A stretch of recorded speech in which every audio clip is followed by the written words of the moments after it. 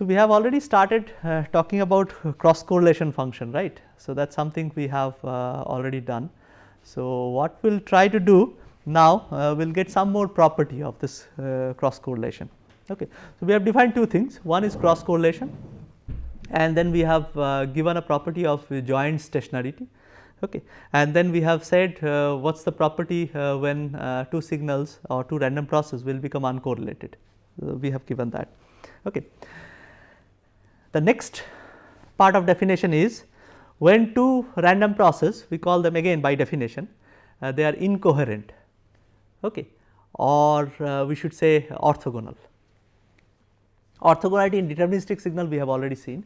Now, let us see for random process what is the definition of orthogonality or incoherency, both are interchangeably used. So, I have already told it must be, if it has to be incoherent or orthogonal, it must be first uncorrelated. So, therefore, I must have this property. Okay, so this must be there. Now, among them, if one of them is 0, mean, okay, either x bar is 0 or y bar is 0. Okay, if that happens, then this happens to be 0, and those signals are generally termed as incoherent or orthogonal. Okay. So, this is just by definition. So, we are just defining different kind of signals that we will be encountering. Of course, accordingly that R x y, that joint correlation will have its own definition, okay, or cross correlation will have its own definition. So, we are just defining them. So, we are saying that if R x y tau is just it is, or R x y t comma t plus tau, it is just function of tau, then we say it is jointly stationary. Okay. If R x y tau is equal to x bar dot y bar or x bar into y bar, then we say it is uncorrelated. If R x y tau equals to 0, then we say those two signals are incoherent or orthogonal. Okay. So, that is by definition. And then because we have this, we will also have a corresponding power spectral analogy. Okay. So, similarly, we can actually put a cross power spectral density. It is again by definition, it is just the Fourier transform of this one, right. So, we call it S x y f, which is just nothing but limit by definition t tends to infinity. You truncate, because the basic definition is you truncate the actual signal if it is autocorrelation, or sorry autocorrelation and its own power spectral density, then it is just x t f mod square, right.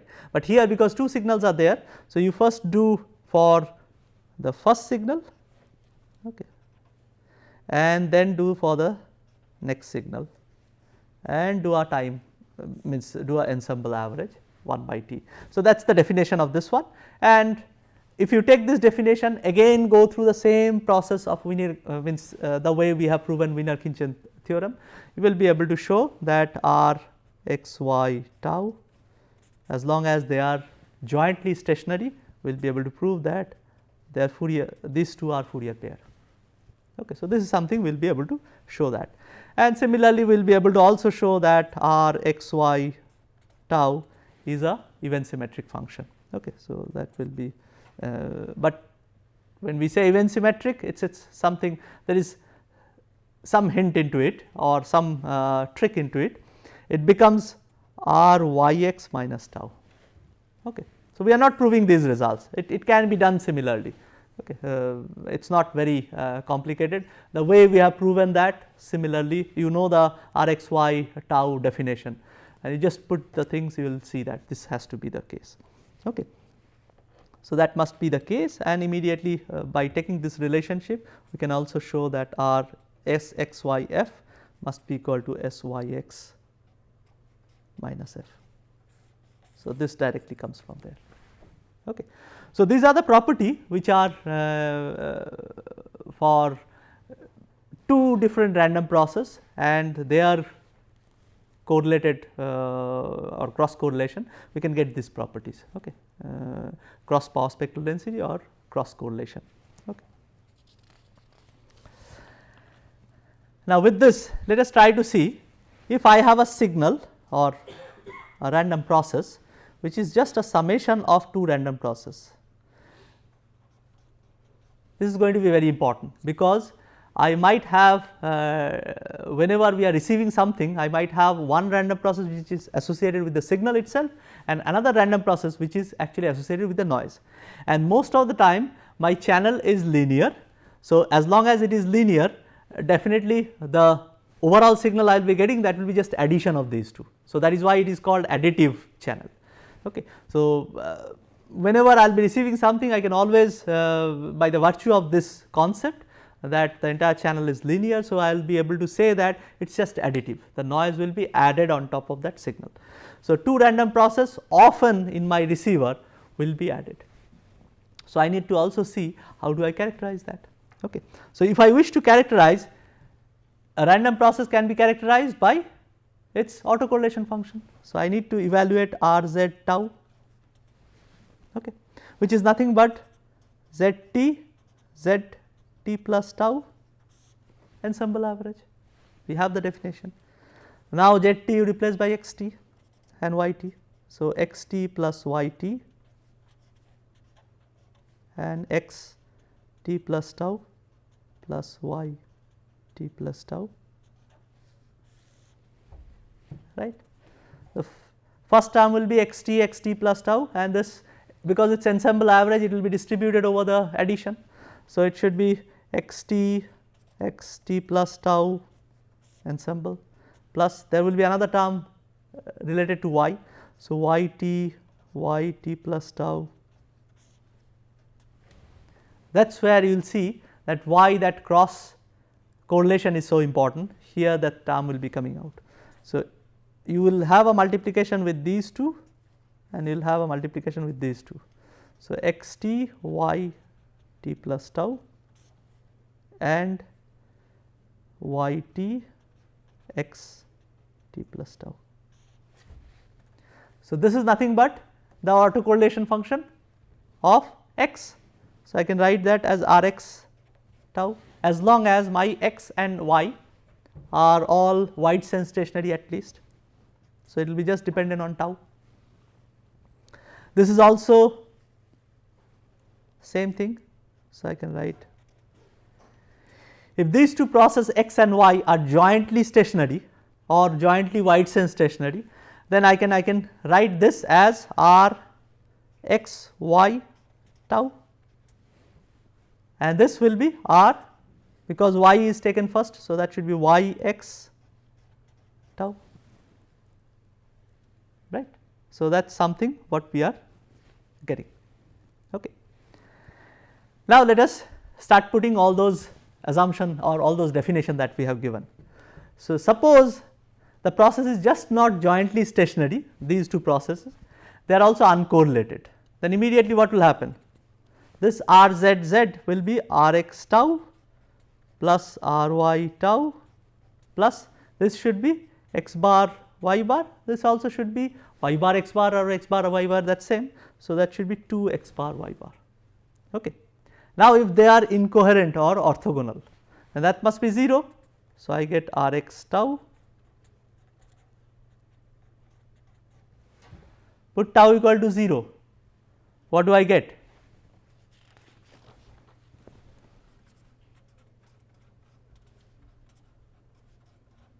For, remember, whatever we are doing, that is for incoherent, okay, or orthogonal system. What is this? We have already proven that should be the power.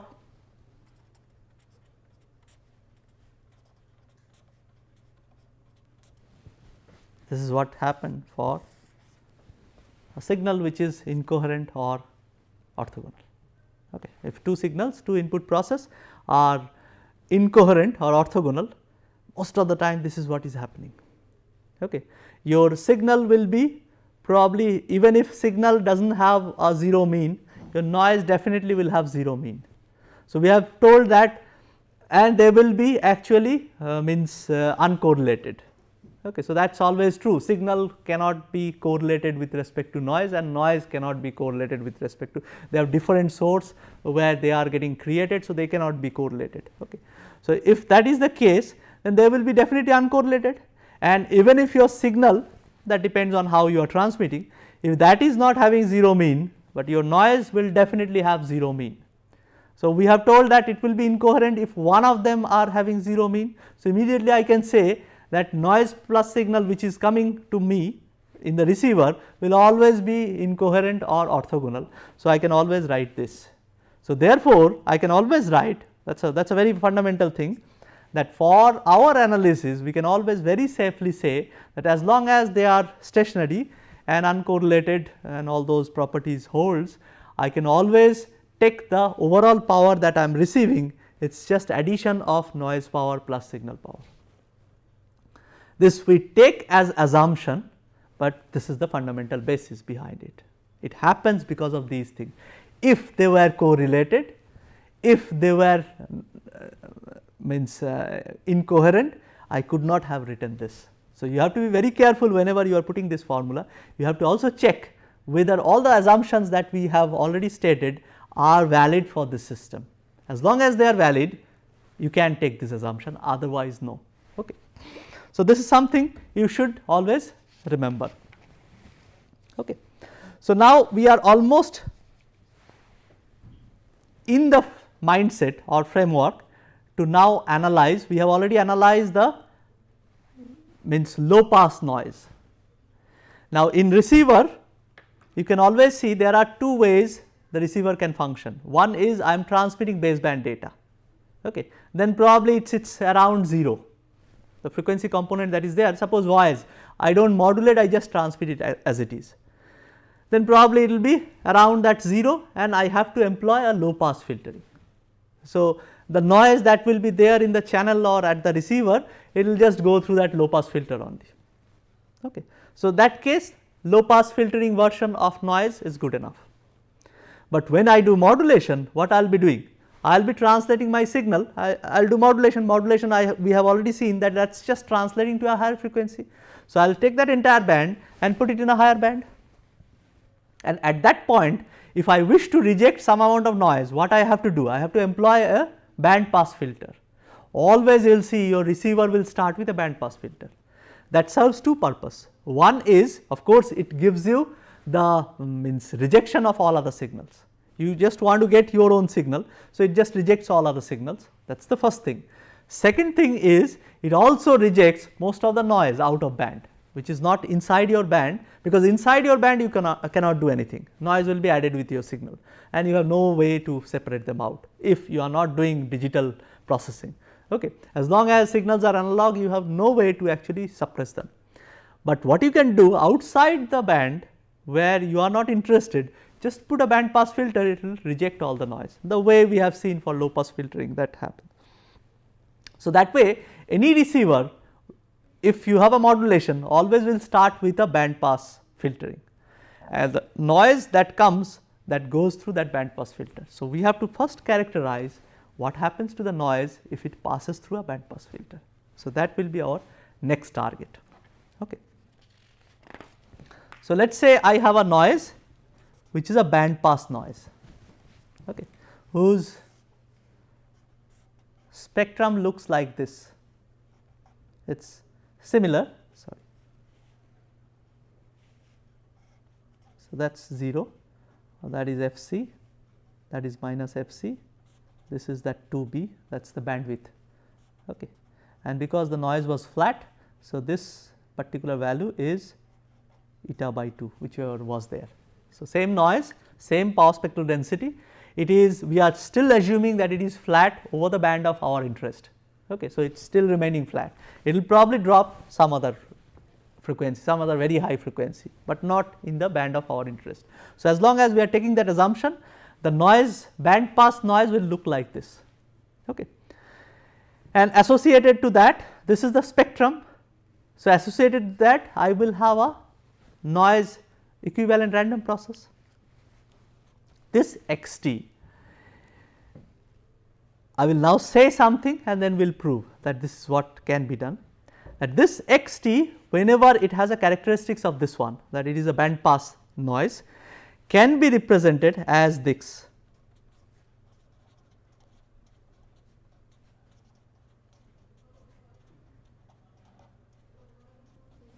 where xc and xs will later on prove that they are uncorrelated, incoherent random process. So, they are actually jointly, of course jointly stationary, that is the first thing. They will be uncorrelated to each other and they are incoherent to each other. So, we will prove this. Okay. So, these two are two separate random process xc and xs. This is called the in phase part and this is called the quadrature part of noise.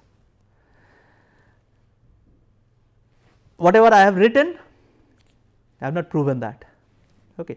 So, we will try to prove this, because then what will happen, any noise that comes in, once you pass through a band pass filter, you will be able to write it this way. Okay. And that will help you, because you will also get the property of these two things. Okay.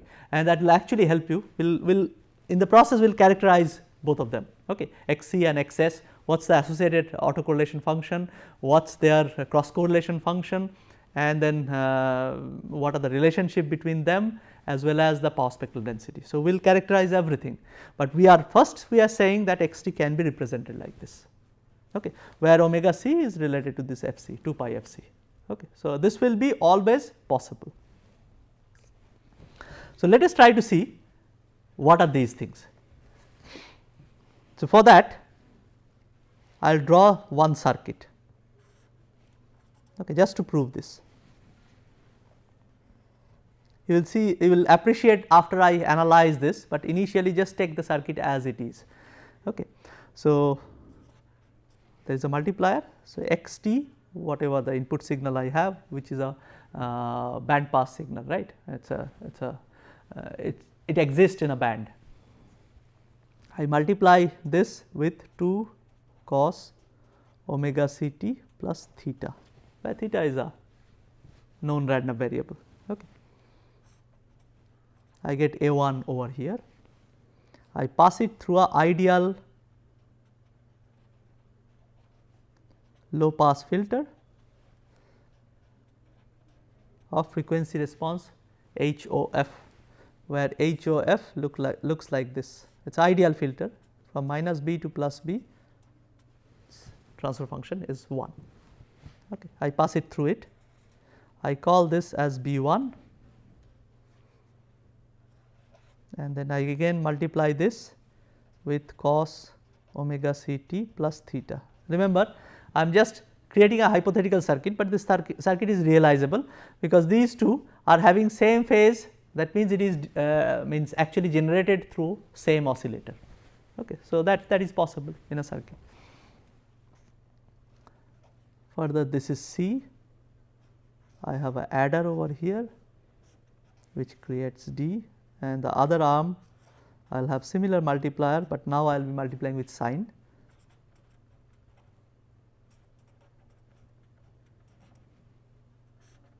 This will be A2, again a ideal similar low pass filter which has same transfer function. This will be B2, another multiplier where I multiply again with the sine.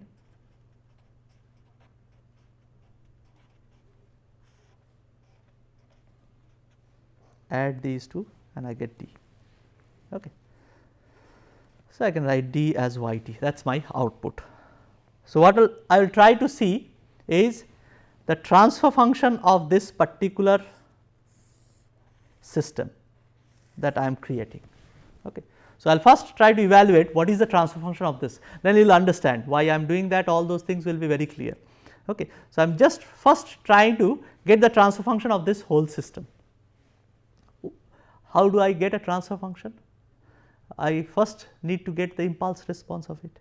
So, basically I excite this with a delta t and try to see what will be the corresponding output. And when creating this transfer function, I have to also make sure that this is linear time invariant. So, therefore, what I will do, instead of just putting a delta t, I will give a delay to that delta. Okay. So, basically I will put a delta t minus alpha. Okay. So, I will just give a delay, so that I want to test that at output it is just a delayed, same amount of delay to the output, it is just function of that entire t minus alpha, that is what is happening. Okay. So, that is something I want to test, then it will be linear time invariant. Okay.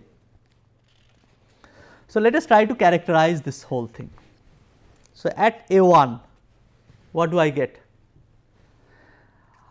I have a delta multiplied by cos. So, any function multiplied by delta, it will just pick the functional value at that point.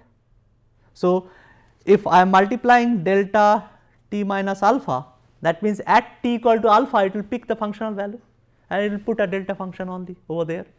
So, therefore, it will be, if you see over here, A1 is nothing but this cos this multiplied by delta t minus alpha. So, therefore, it will just get multiplied and alpha t will be replaced by alpha.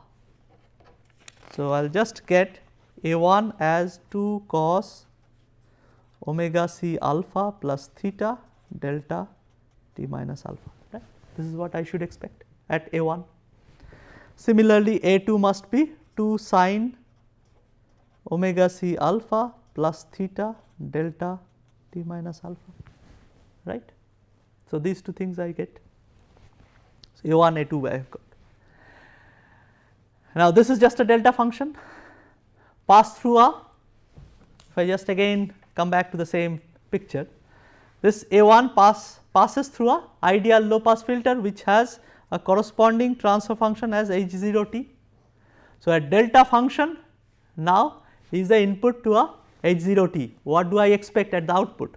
It should be convoluted with h0 t, and h0 t convoluted with a delta function must give me the same function.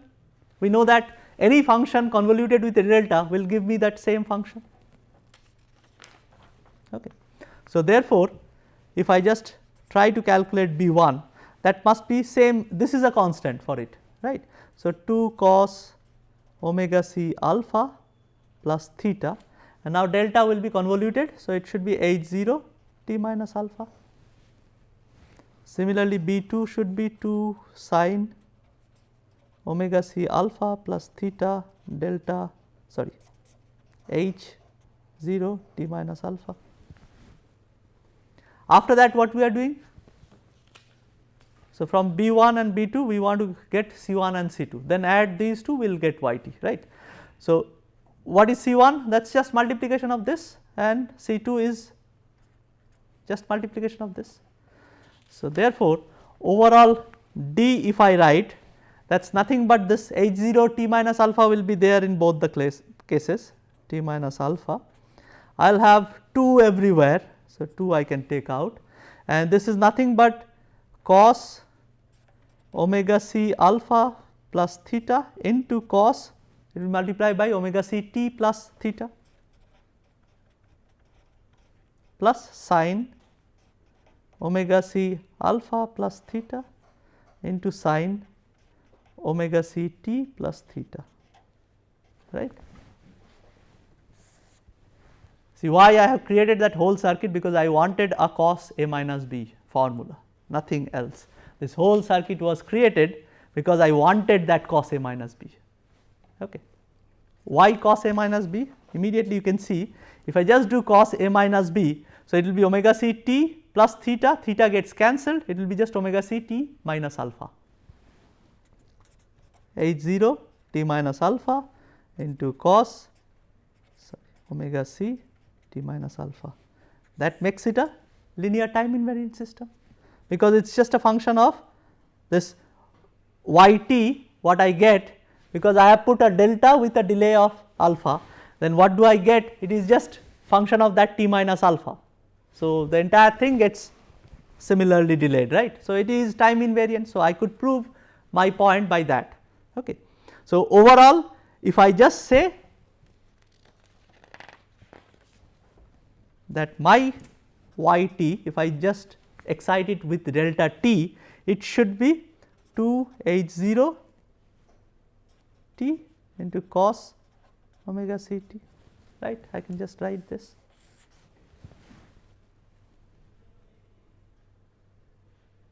When I put delta into it, so that must be my impulse response therefore, because I have put delta t as my x and I have got this, So, what is this?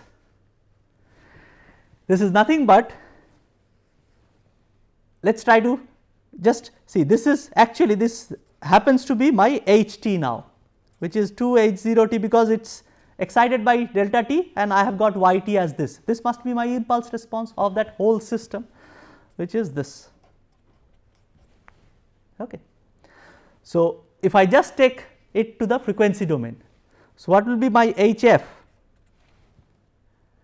That must be, so cos I am multiplying, so this is just a frequency translation of this h 0 t, if that is h o f. So, h o f goes to plus f c and minus f c, there will be a half due to that cos, and that half with this 2 gets cancelled, right. So, I get h o f plus f c plus h o f minus f c.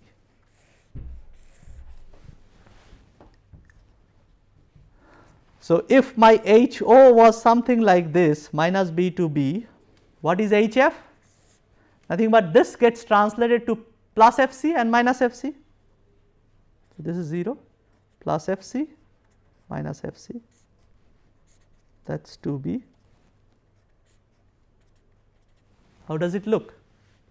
This is just like a band pass filter. So, therefore, with all these things, what I have created is an ideal band pass filter. So, what was my x? That was within that band, okay, a band pass noise.